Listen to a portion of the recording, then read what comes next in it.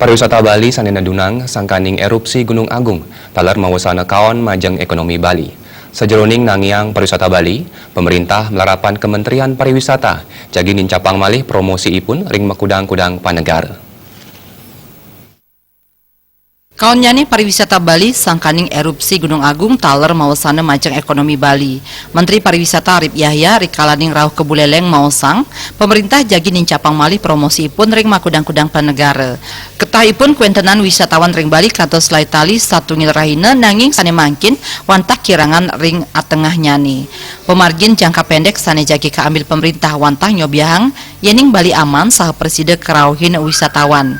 Anggan nyani ngelingang ring media mangde nyaringin nyobihang kuentenan pariwisata Bali salah sampunang ngelangkungin gatre-gatre sane wenten mapaiketan ring Gunung Agung.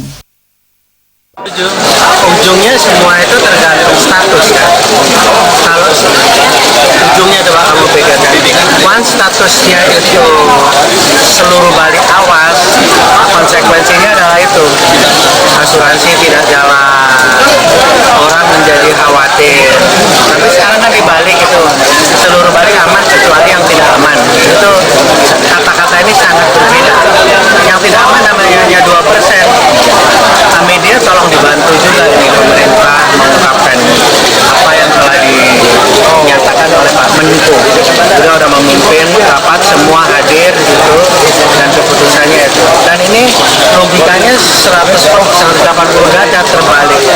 Nah dengan seperti ini kalau pemerintah menyatakan bahwa Bali itu aman kecuali yang tidak aman, maka orang pemasaran misalkan sekarang berani Menpare memimpin rapat untuk promosi dengan logika bahwa seluruh Bali itu Wawidangan sane kutus kantos daso kilometer saking kawah Gunung Agung. Arif mastikayang pemerintah jagi nyiagayang serana transportasi alternatif yening Prade Bandara Ngurah Rai kantos tutup sangkaning abu vulkanik. Parindikan puniki mejantan sampun nganutin ring prosedur baku pemerintah. Komang Yuda